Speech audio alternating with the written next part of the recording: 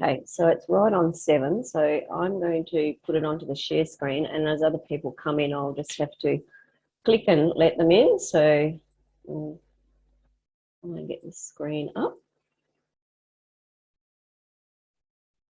Okay, guys, can you let me know if you can see that? Just put a hands up, or someone can turn their, thanks, Polly. Can you see that? You can see that? Yep. Right. Excellent. All right. So we'll make a start, and then as I see people come in, I will let them in. Okay, so thanks for coming along and joining us tonight. So it's myself with Waste is My Resource, and also the Shire of Serpentine Jarrahdale, who have gone down the path to create a food action plan. And this session tonight is one of those education sections to try and inform the community about food waste and small ways that they can go about reducing that waste. So a little bit about me. I was a waste education officer, worked in local government for some time, but I've had a lifelong interest in waste and also in permaculture. So I've sort of put those two together, and I combine a lot of waste talks with gardening. So that's a bit about me. I'm a local to Serpentine. I've lived here for 38 years, so I know a lot, but I know there's a lot of new people coming in that I'm meeting all the time. And a little bit about the local food action plan. I've actually got a hyperlink on that page, and that will be in the resources so that people can have a look at that, all the amazing things that SJ are trying to do in the next 3 years to address a nationwide issue that, and we'll talk about that, the national baseline for food waste, which was written in 2017. So 2 things to think about there, which they have written in that action plan: to protect, promote and enhance pathways to healthy food environments in SJ. So a great thing to be doing. So what we're going to do, looking at, actually what I'm sorry, I should have actually, I'm going to stop for a second, go back to, so you get the proper slide. Can you see that, Polly? And I'll flick through. So you get, yep, that's much better. Yeah, yep. You get the full screen. Sorry, my apologies for that. So the topics. Sorry, I should have said something. The topics we're going to look at are there. But during the session, if you want to write down anything in the chat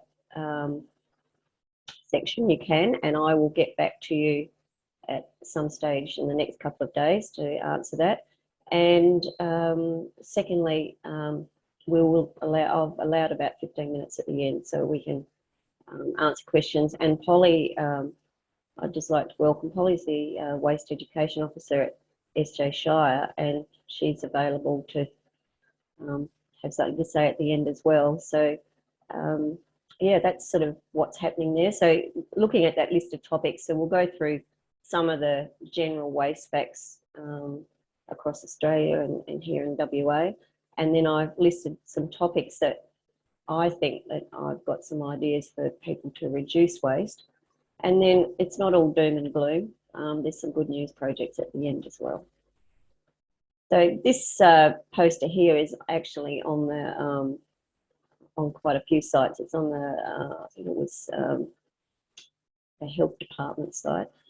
Australians discard up to 20% of the food. I mean, that's just quite alarming, isn't it, really? And you will notice further up, and we'll get onto that in a moment. So on this particular slide, I've taken some stats from it. It's the baseline that lots of organisations are using to develop strategies from. And that first line you will see on just about every site. Waste Authority sites using it, Oz Harvest Food Bank. That's quite a well accepted figure, that we are generating 7.3 million tonnes of food waste.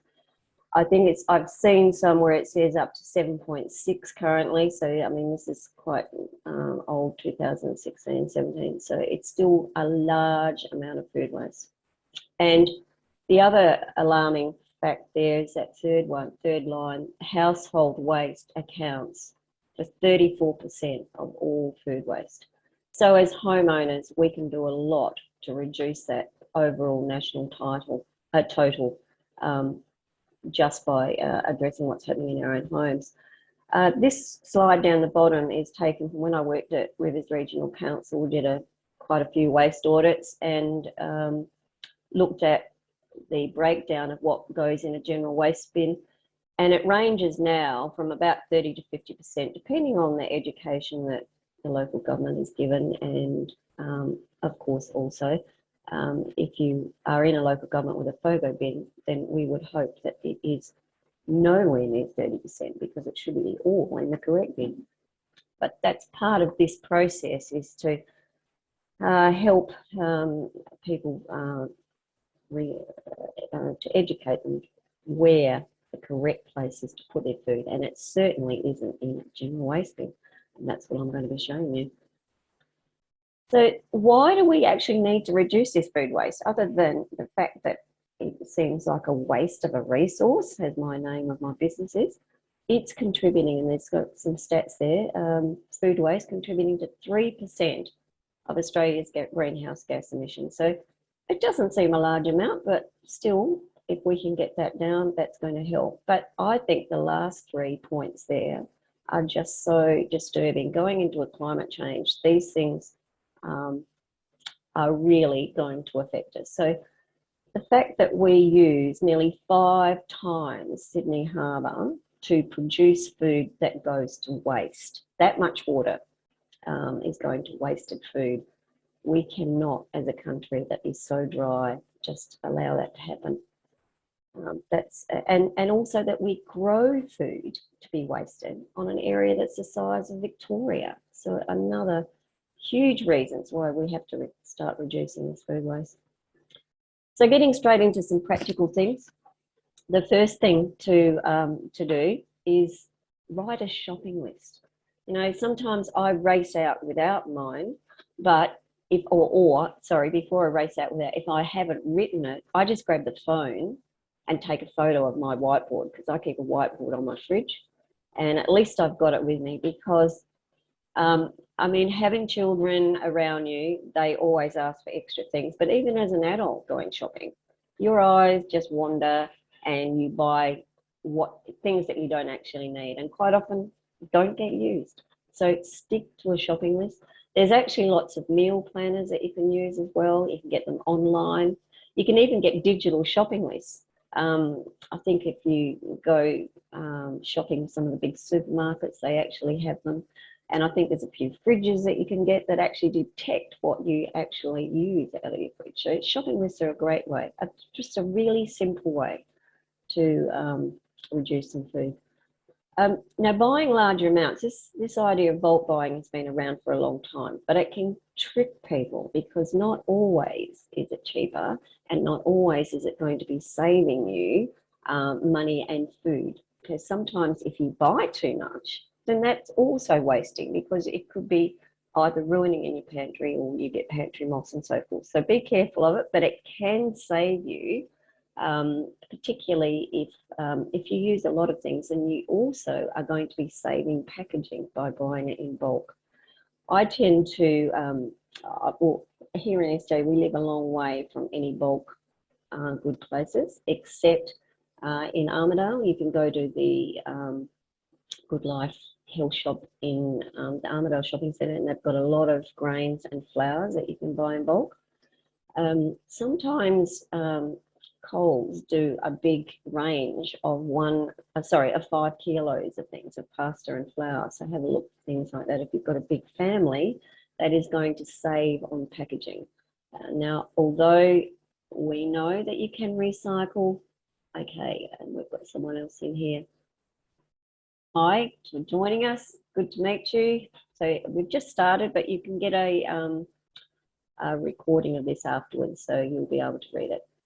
Right, so that's the shopping list and menu planners. We'll go on to our next one.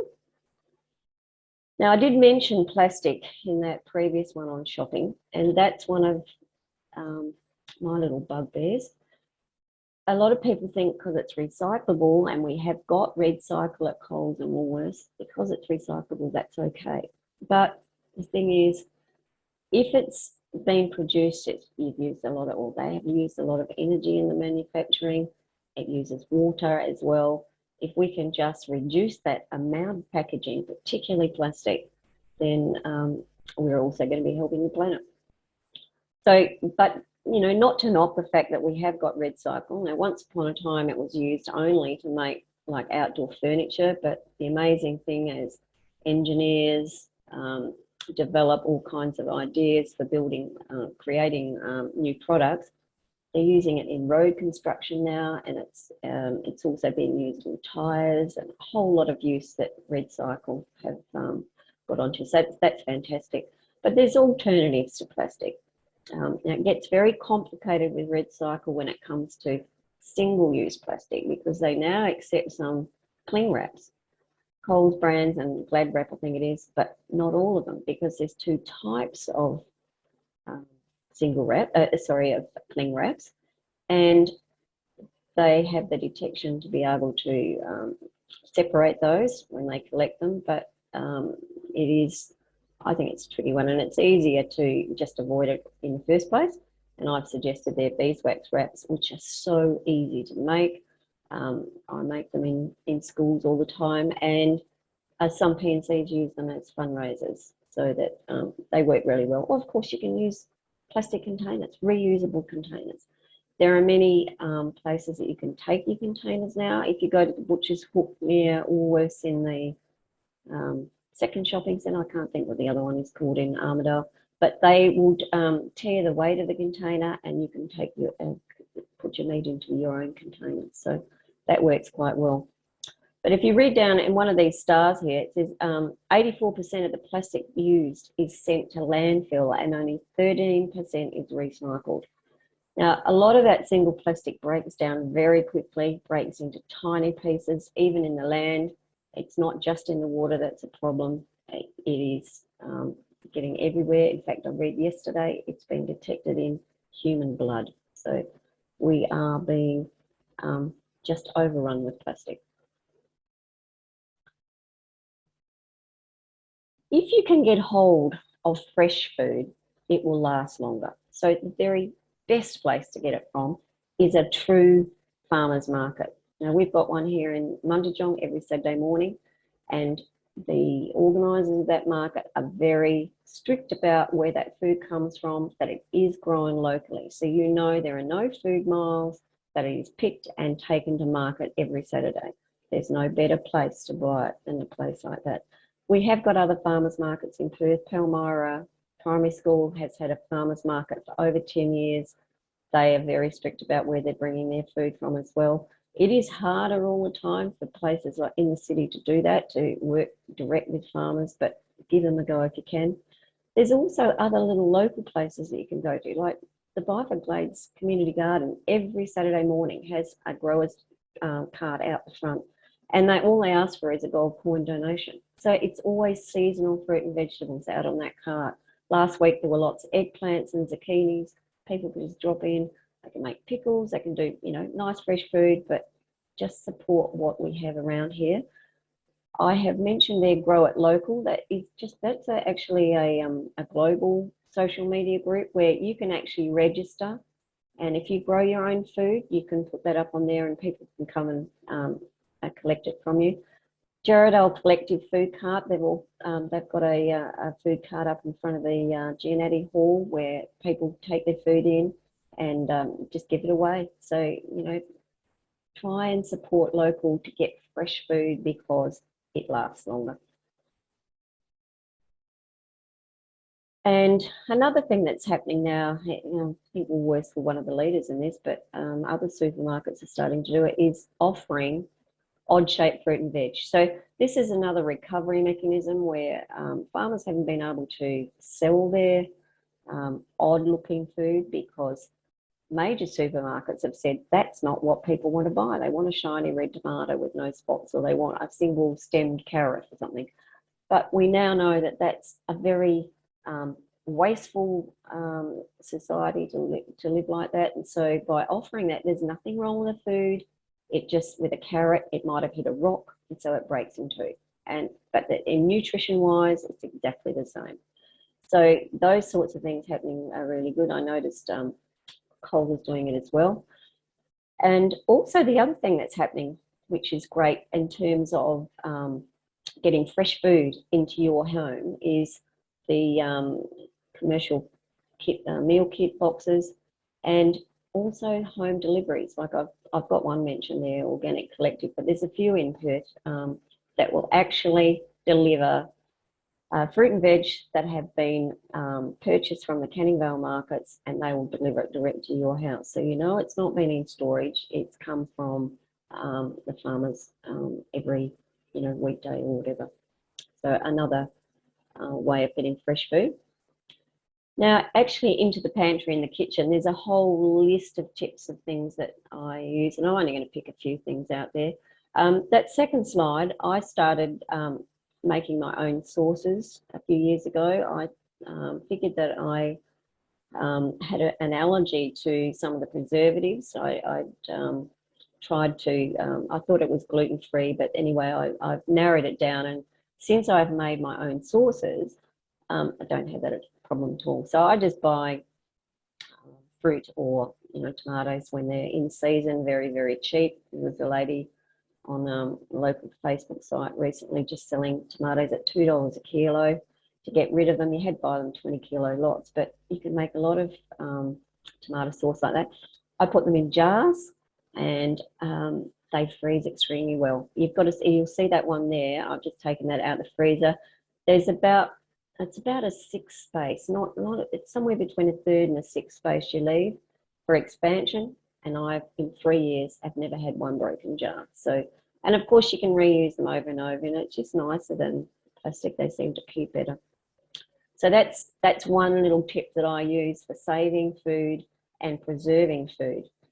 But of course, if you haven't got a freezer, then you can look at drying. So I've also got a dehydrator, and I dehydrate things that I've got too many of. So, tomatoes, a great one. And herbs are another one too. So although I tend to go and fresh pick herbs. So that's one thing. Another thing is, because I buy in bulk, a lot of my containers, like on this top shelf, you take those with you, or if I buy a big bag of something, then they go straight into these jars or big plastic containers in my pantry. I don't leave anything in bags in case there's a friendly little mouse that comes around. And they keep well. But I never buy too much. I used to buy a lot. I'd rather buy small amounts that I know that are going to be fresh all the time. And but I do tend to buy it in bulk or in my own containers. A couple of things. This is on my bench. I've got 2 small containers that I put food scraps in. They stay on the kitchen bench, and then I walk out once a day or a couple of times a day if I'm using a lot, and take them out. And I've got a bokashi bin in my garage, and I've got a big 20-litre bin in my back door that I use. I throw stuff in there, and that goes out to a big compost bin. So having things close by always helps. So I won't go into a lot there, but there's lots of little tips and things that you can use, and you can see that when you get the slides sent to you. Obviously, growing your own food is one of the best ways of saving any packaging and making sure that you get fresh food and only picking what you need. Now, the first place, and I've heard lots of people say, I can't grow food. The easiest way to start is this one over here, growing sprouts and microgreens. Anybody can do that on a kitchen bench. It is so simple, highly nutritious, and when I first started doing this, I'd throw loads of seeds in, and you just get way too many. So now I might put 12 seeds in, 12 mung beans, because that's all I want for the next couple of days. So it's so easy to do, and they're never slimy like the ones that you go and buy in the shop, because you eat them as you need them. You just lift the tray. Some people do it in jars. I bought one of those multi things about 10 years ago. Easy to use, and it sits on the kitchen bench. The secret to it, sprouts, is water, water, water, water. You've got to rinse and rinse and rinse. So that's why keeping it near the tap's the best thing. Microgreens you can have outside growing, and what they're actually doing, so that the sprouts, sorry, you're eating the whole thing. You're eating the seed and the little sprout. And the idea is that the activation and the energy that's used to burst open is full of highly nutritious vitamins and minerals. And the longer it grows, the more that they use, and that goes down into the roots, and you don't eat as much of that. So the next best thing to try is microgreens, which you can grow in pots or takeaway containers, and you only let those get to about 10 centimeters high, but you plant them so thickly, so the seed goes in quite thick, that the height of the plant, they hold their strength by numbers in the ground, basically. So yeah, start with that, and you've got super fresh food. And there's lots and lots of tips on here on how to grow the things that I've done over the years. Less waste. I don't buy pots anymore. I use toilet rolls, you can see there, and I put them in old pot trays, and you just roll or fold the bottoms over and pop your potting mix in, and then fabulous for growing. In your, I just put them under some trees with sprinklers on and get them going before it's time. You see them in Bunnings or anywhere like that. And the best part about them growing these toilet rolls is you can plant the whole thing, so there's no transplant shot. And I usually wait till the little white roots are coming through the bottom, and then that whole thing goes in, and they just bolt. It works really well. I've used a whole lot of fridges here that I've got from the Hopkinson Road tip. They're all degas fridges, and some of them I've turned into wicking beds. So this one here with that blue plastic, that's an old pool cover that we recycled and turned it into a wicking bed. And we've now got a cover over this, and I'm growing blueberries in there, so it works really well. I also use old baths, so we've collected a whole lot of baths from the old verge cleanups, or some of them come from Hopkinson Road. So setting up a garden doesn't have to be expensive. It can be very cheap. The only reason I'm planting in raised garden beds like that is that we have a problem after years and years of building up the soil of the gum trees come, and you can see they're a long way away in the background. They just follow wherever the nutrients are. And I've relinquished a lot of ground garden beds and using these bathtubs. The only vegetables I grow in the ground now are garlic and potatoes, because I can sort of manage digging up those roots and keeping on top of it. That's a little trick I use over here in the middle. So I cut up all milk containers. I keep them in a wheelie bin, because they will be affected by UV light, and I want them to last as long as possible. But when I put the seedlings out, sometimes the ones in the little toilet rolls, if they look very delicate, it's summer particularly, I've got to put a lot of mulch on. I will put those little rings around like a collar. Stops the mulch getting too close to the plant, but it also keeps friendly slaters and snails out.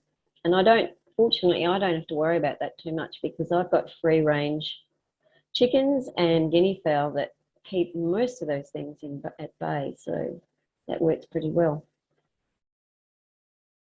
There's some more photos from my garden.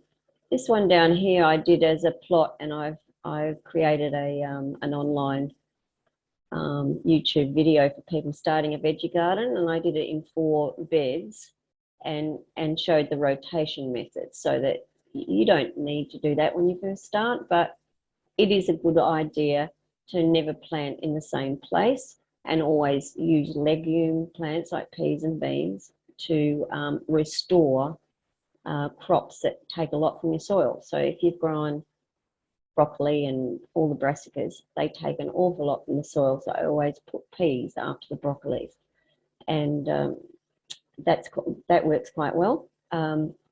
I use a lot of ground covers to cover up. Now these are nasturtiums and these are the old-fashioned nasturtiums that I let run wild, and it keeps the ground warm over winter.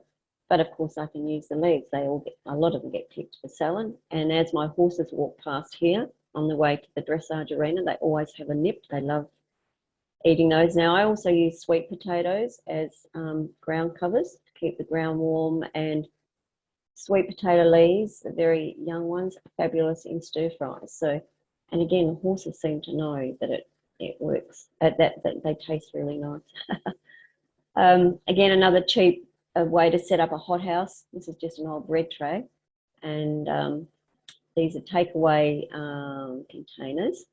And what I do is the bottom one has a little bit of wet sand in it, and then I'll put the little pots, the trays with seedlings, onto that wet sand so that the pot never dries out. And then I've got a sheet of glass over the top with a few bricks there, and that's my little hothouse for trying to get things growing, seeding and sprouting over winter. So just some ideas from the gardening, and that's evolved over years. You learn lots and lots from other people, but it is definitely one of the ways of saving food waste. So, you know, I go out and pick herbs all the time. There's so many herbs that I can grow, and that goes in all my feed. I never buy them. I just go and I pick some parsley or sage or rosemary or oregano whenever I need it. So it's a good way to get going. Right, so now we're getting into the topic of what do we do with food waste when we have got it.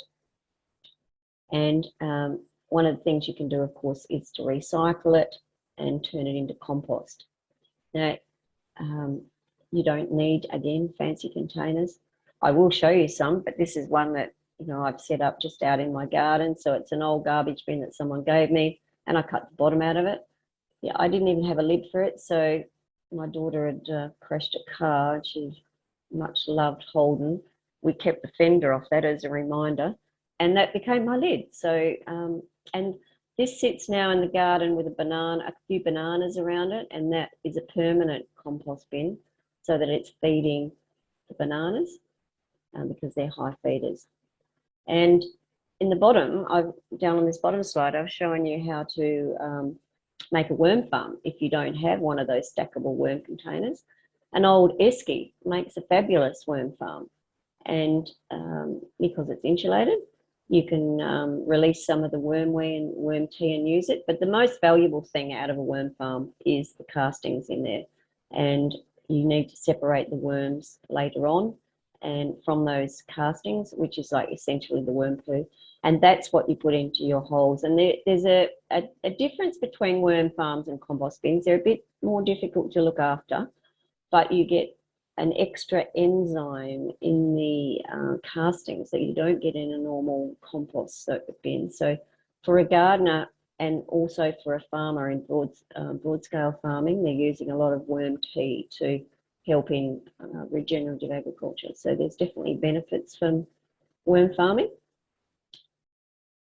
So within the realms of domestic composting, there's a whole lot of different ways that you can compost. Of course, the most old-fashioned way is to dig a hole. So as a child, that was my job. My father used to dig holes all around the property.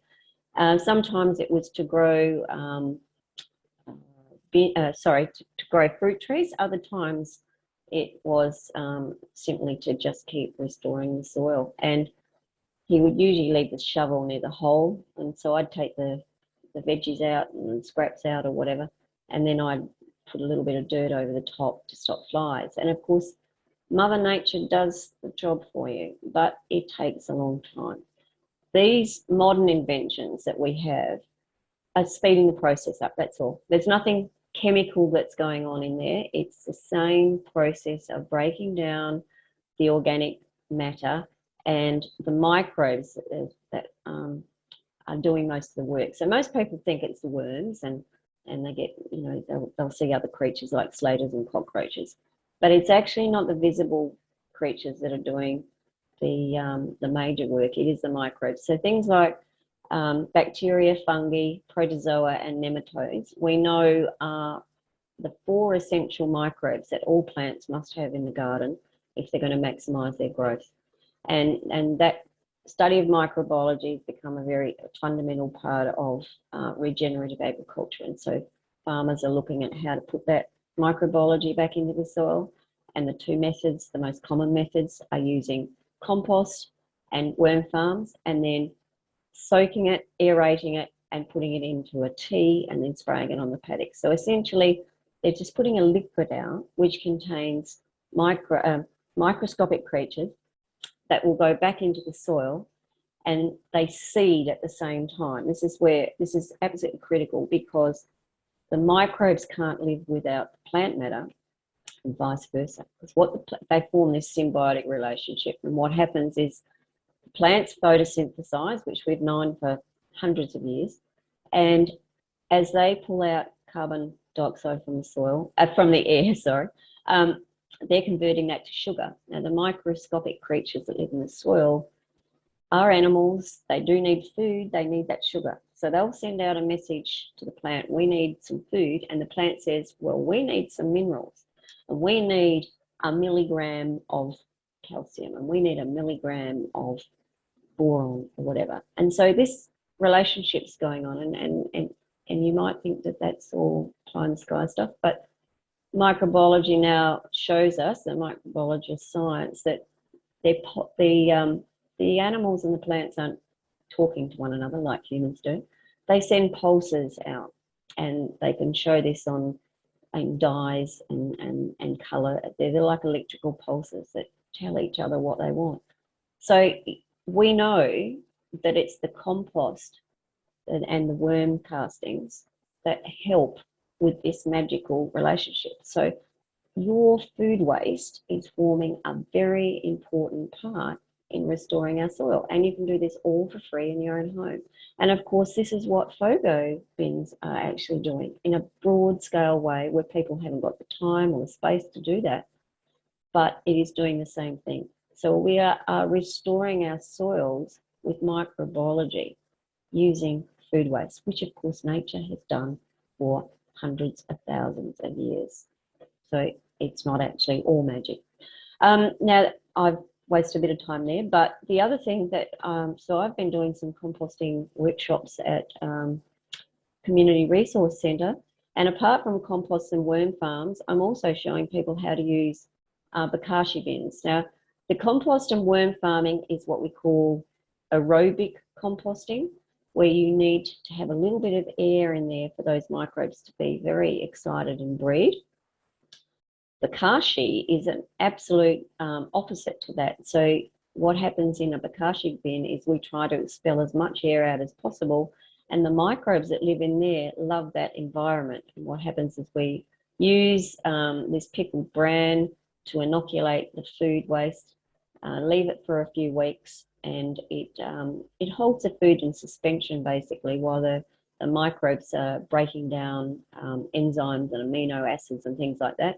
And then the second part of the process is where the bokashi food waste is put out in either to a compost bin or straight into the ground, and in another 2 weeks it disappears. It is the fastest method of composting. Some people don't like the smell that you get in there, but it's airtight. It's used in apartments in Japan, so it is made for inside. It's just a different smell. If you don't mind apple cider vinegar, that's the sort of smell you get. Perhaps a bit stronger than that, but it's certainly along those lines. But the best part is that it composts chicken bones, dairy products, a little bit of oil, things that you can't put normally or won't break down quickly in these compost cones and things. So some people like to have one of both and then just put the meat bones in the bokashi. So that's a quick lesson in composting that I can't help but tell you because it's one of my passions. And I just included on there, and I won't enlarge on that, but I have some composting workshops, including the last one of 3 at the Resource Centre at Mundijong coming up. that you might like to get involved in. All right, but there's other kitchen waste, and I just wanted to touch on that as well. So we've got a lot of contaminated paper in the kitchen, which can also go in your compost bins. Bokashi bins don't like much paper because it's cellulose and it doesn't seem to break down as much with the bran. But it's the microbes that live in compost bins, and also you've got microbes in a worm farm. As long as it's torn up very small and it's damp when it goes in there, they'll love you. So I tend to keep anything that's smaller than the palm of a hand. I don't put in the yellow top bin.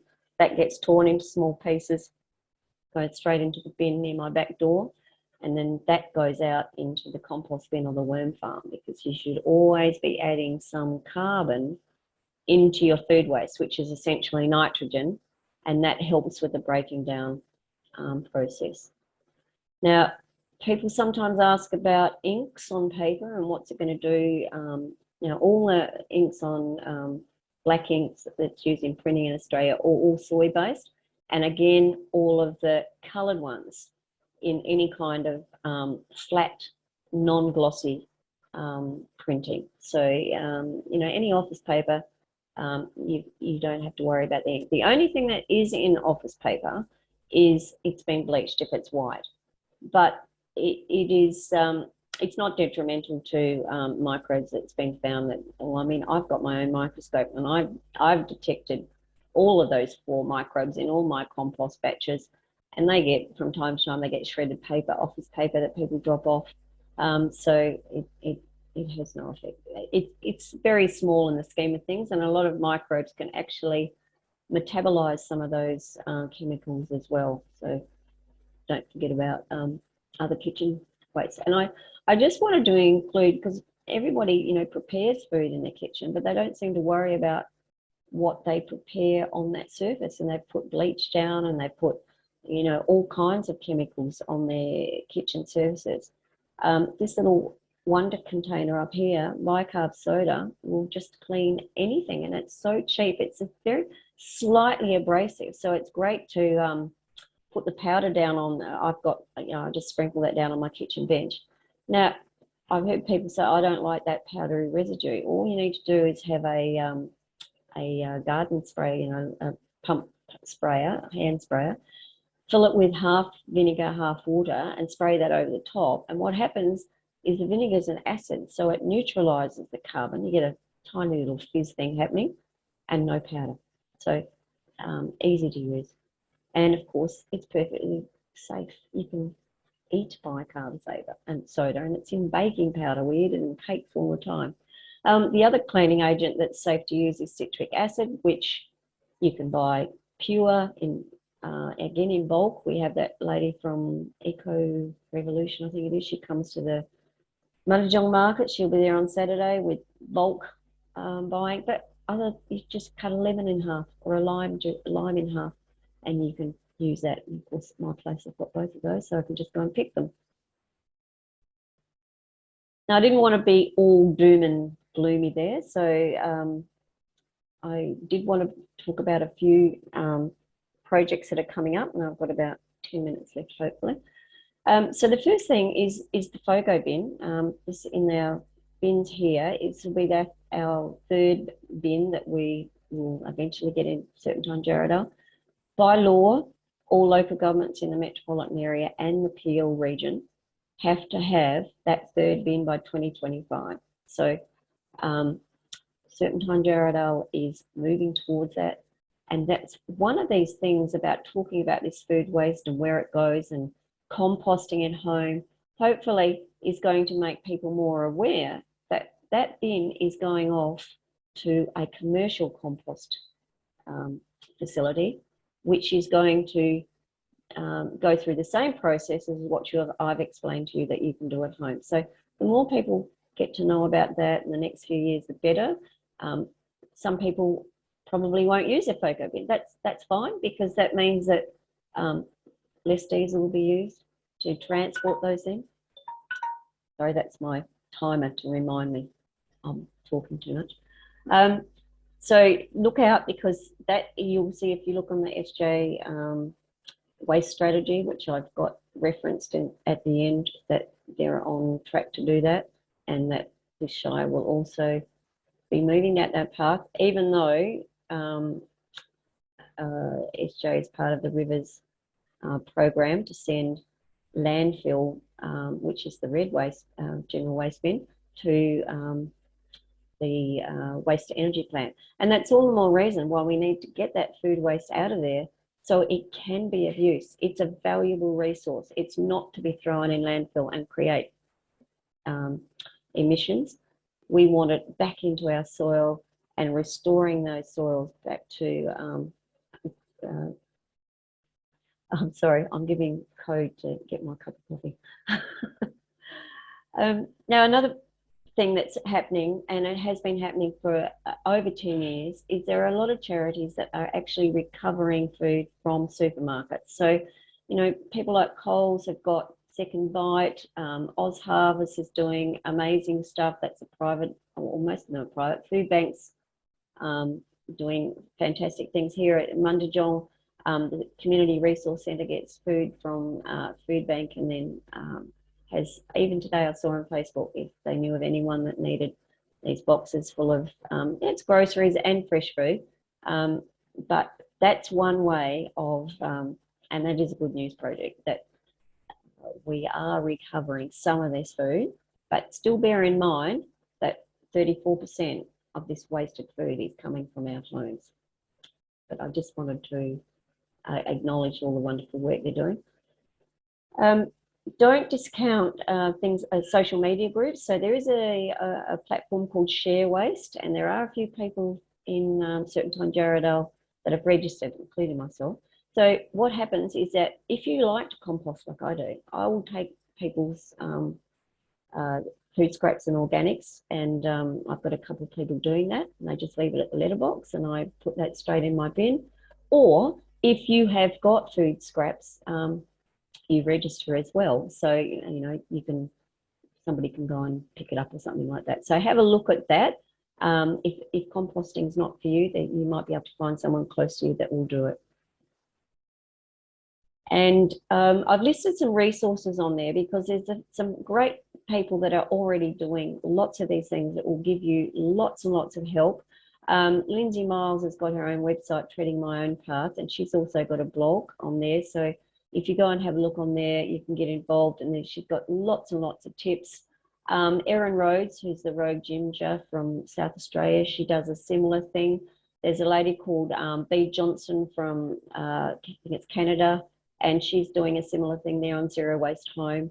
And then Plastic Free July is a great organisation to get involved with too. Started here in Perth, Western Metropolitan Regional Council, and has now become, you know, a global thing where people pledge for to reduce the use of plastic over that month. But it's grown to be a lot bigger than that. And if you go on their website, there's, you know, plastic-free cooking and living and all kinds of things that you can do. There's some hyperlinks to important documents down there, and I think that's pretty much it. So, Polly, would you like to say anything at this point? You just have to unmute. Yeah, I just want to say thank you for your time tonight, Robin. My dogs are heavily breathing now over near the thing. Sorry. But yeah, I don't want to dominate the time from a waste perspective, but you did mention everything I would have mentioned in that we've got FOGO coming up, and the Kwinana Waste to Energy project as well. So there's only room to improve, but in the interim, I think everyone should get into composting. Just give it a go. I mean, it's probably easier to do composting than the worms, and you don't kill any worms in the process. So that's my preference. And yeah, if you ever have any queries or anything, look me up at the council. My name's Polly. I'm more from the waste section, but we cross over with the food action plan quite a bit, because obviously we want to reduce the amount of waste going into landfill. So yeah, we'll work together to do that. So thanks for all showing an interest in this. It's really good. Thanks, Polly. And Asha, who has organised this event tonight and is working on the food action plan, has asked if I can put this recording on the site somewhere. So she's going to organise that so other people that haven't have registered but haven't come in tonight will be able to go back and have a look at it. So if you know of anyone that you think might benefit from having a look, then just let them know that we are going to have that available. Has anyone got any questions from the people that have joined us tonight? You'll just have to unmute yourself if you're going to ask, that's all.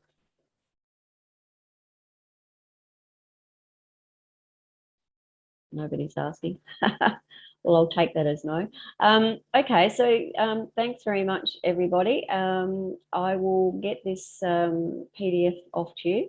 And if you've got any questions, feel free to email me because my email will be on there. And more than happy to help. And if you want to join it for a composting workshop, check out that information as well. So I think we'll leave it at that. Thanks very much, Polly, and we'll catch up with everyone soon.